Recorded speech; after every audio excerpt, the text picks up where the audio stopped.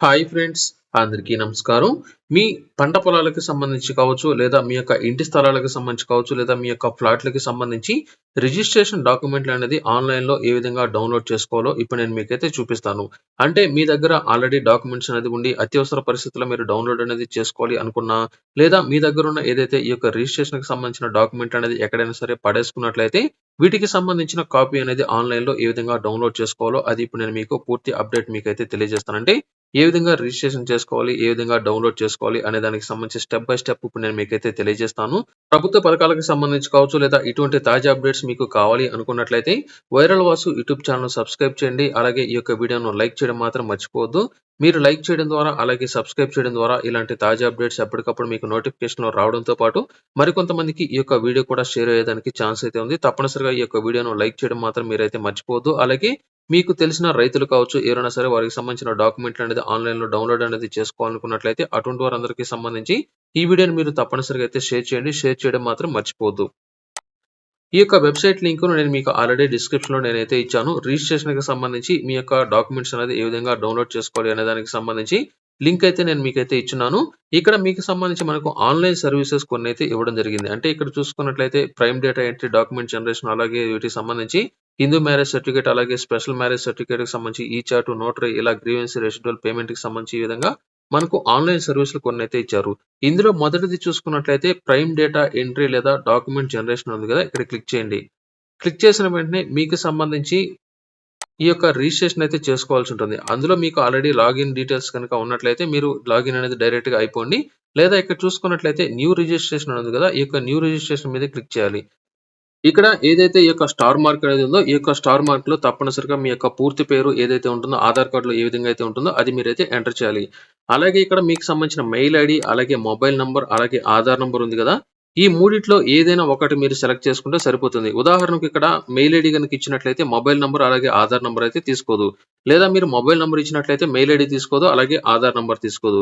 ఇందులో మీరు mail ID, అలాగే మొబైల్ నంబర్ ఇచ్చినట్లయితే ఆధార్ నంబర్ తీసుకోవడం జరుగుతుంది.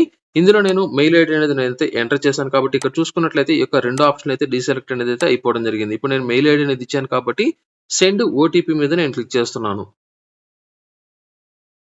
చూసుకున్నట్లయితే ఈ విధంగా మనకు టిక్ మార్క్ అనేది గ్రీన్ కలర్‌లో వచ్చింది. ఆటోమేటిక్‌గా మనకి ఇక్కడ దీనికి సంబంధించి మనం ఏదైతే మెయిల్ ఐడీ అనేది ఇచ్చున్నామో ఆ యొక్క మెయిల్ ఐడీకి ఒక ఓటీపీ అనేది అయితే వెళ్ళడం జరుగుతుంది.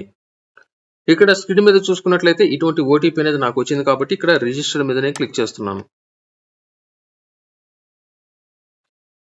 ఇక్కడ మనకు కొంచెం స్లోగా అనేది వర్క్ అనేది అవుతుంది కాబట్టి, ఈ యొక్క రిజిస్ట్రేషన్‌కి సంబంధించి తప్పనిసరిగా ఎవరు ఏది మీరైతే క్లిక్ చేయొద్దు. అది రీడైరెక్ట్ అనేది అయ్యి తర్వాత ఆప్షన్ అనేది వచ్చేంత వరకు ఇక్కడ లాగిన్ అనేది మనకు వెంటనే అడుగుతుంది. అంటే మనం రిజిస్ట్రేషన్ అయితే ఓటీపీ అనేది ఇచ్చి అయిపోవడం జరిగింది.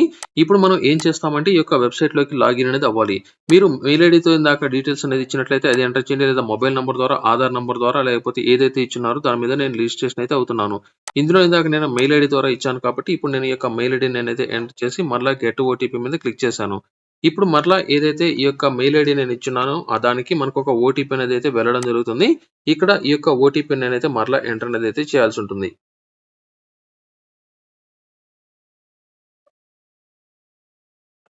సో, నేనిప్పుడు లాగిన్ అనేదైతే ఓటీపీ అనేది ఇచ్చి లాగిన్ అనేదైతే అయిపోవడం జరిగింది.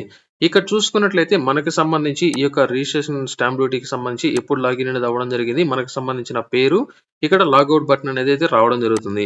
ఇందులో మనకు పబ్లిక్ డేటా ఎంట్రీ, అలాగే ఈసీ సెర్చ్, అలాగే సర్టిఫైడ్ కాపీ, అలాగే స్టాంప్ ఇండియా ఉంది కదా! ఇవన్నీ మనకైతే రావడం జరుగుతుంది. ఇక్కడ పబ్లిక్ అంటే వేరే వాళ్ళకి సంబంధించిన డేటా కావాలనుకున్నట్లయితే ఇక్కడ క్లిక్ చేయండి. ఇక్కడ సర్టిఫైడ్ కాపీ అని ఉంది కదా! ఈ యొక్క సర్టిఫైడ్ కాపీ మీద నేను క్లిక్ చేస్తున్నాను. ఎందుకంటే నాకు సంబంధించి ఒక అంటే ఒక డాక్యుమెంట్ అనేది నేను డౌన్‌లోడ్ చేసుకోవాలి అనుకుంటున్నాను కాబట్టి, ఈ యొక్క సర్టిఫైడ్ కాపీ ఏదైతే ఉందో దాని మీద నేను క్లిక్ చేస్తున్నాను. చూసుకున్నట్లయితే ఇప్పుడు సర్టిఫైడ్ కాపీకి సంబంధించి ఈ విధంగా మనకు డీటెయిల్స్ అయితే రావడం జరిగింది. ఎందుకంటే మనకు సంబంధించి ముందుగా డీటెయిల్స్ అనేది మనకు ఫెచ్ అనేది అయ్యి పేమెంట్ అయితే మనం చేయాల్సి ఉంటుంది. పేమెంట్ అనేది వెరిఫికేషన్ అనేది అయిన తర్వాత మనకు సంబంధించిన సీసీ అనేది డౌన్‌లోడ్ మనం అయితే చేసుకోవచ్చు. దీనికి సంబంధించి ముందుగా మనం సీసీ అనేది రిక్వెస్ట్ అనేది పెట్టాలి కాబట్టి ఇక్కడ చూసుకున్నట్లయితే నాకు సంబంధించి ఇప్పటి వరకు ఎటువంటి డేటా అనేది ఇక్కడైతే లేదు. ఇప్పుడు నేను ఏం చేస్తున్నానంటే న్యూ సర్టిఫైడ్ కాపీ అని ఉంది కదా! ఈ యొక్క న్యూ సర్టిఫైడ్ కాపీ మీద ఇక్కడ క్లిక్ చేయాలి. క్లిక్ చేసిన వెంటనే సర్టిఫైడ్ కాపీకి సంబంధించి మనకు సంబంధించిన డీటెయిల్స్ ఇక్కడైతే సెలెక్ట్ చేసుకోవాల్సి ఉంటుంది. అంటే మనం ఏదైతే డాక్యుమెంట్ అనేది డౌన్‌లోడ్ చేసుకోవాలి అనుకుంటున్నామో దానికి సంబంధించిన జిల్లా, అలాగే సబ్ రిజిస్టర్ కార్యాలయం, అలాగే దానికి సంబంధించిన లింక్ డాక్యుమెంట్ నంబర్ అనేది ఉంటుంది. అది డాక్యుమెంట్స్ కి సంబంధించిన రిజిస్ట్రేషన్ డాక్యుమెంట్ లో ఉంటుంది. అలాగే రిజిస్ట్రేషన్ ఎప్పుడైతే చేసుకున్నామో ఆ యొక్క రిజిస్ట్రేషన్ కి సంబంధించిన ఇయర్ అనేది ఇక్కడ సెలెక్ట్ చేసుకోవాలి.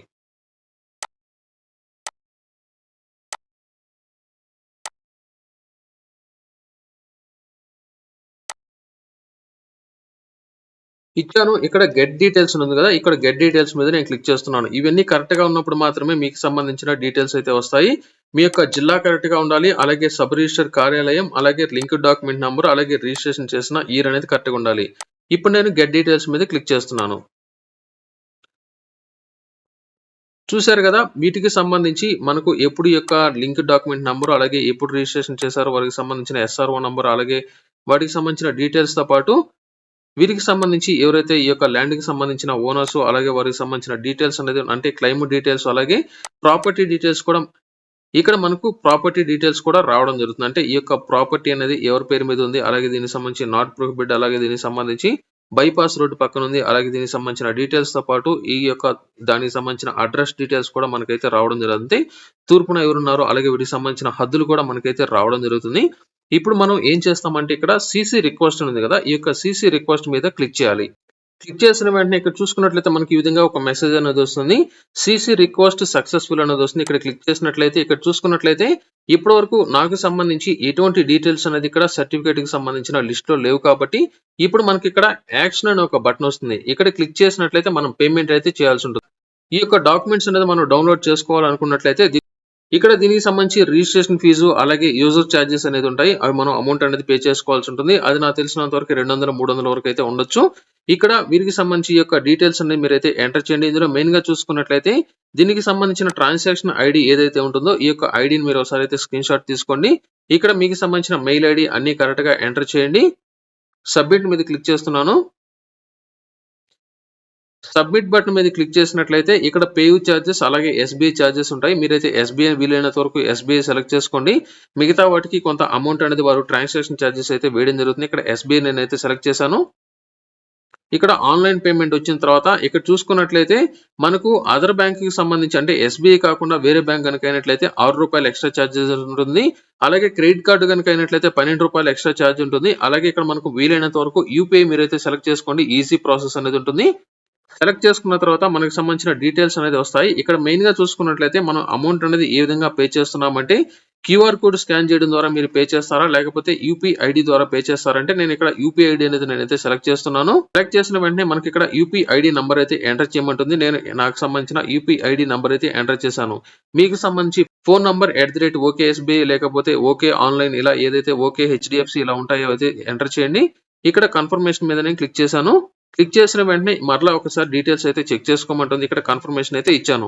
ఇక్కడ డీటెయిల్స్ అన్ని మీరైతే ఒకసారి అయితే కరెక్ట్ గా చెక్ చేసుకోండి. లేదా పేమెంట్ అనేది క్యాన్సిల్ చేసుకోవాలనుకున్నట్లయితే ఇక్కడ క్యాన్సిల్ మీరైతే చేసేయచ్చు.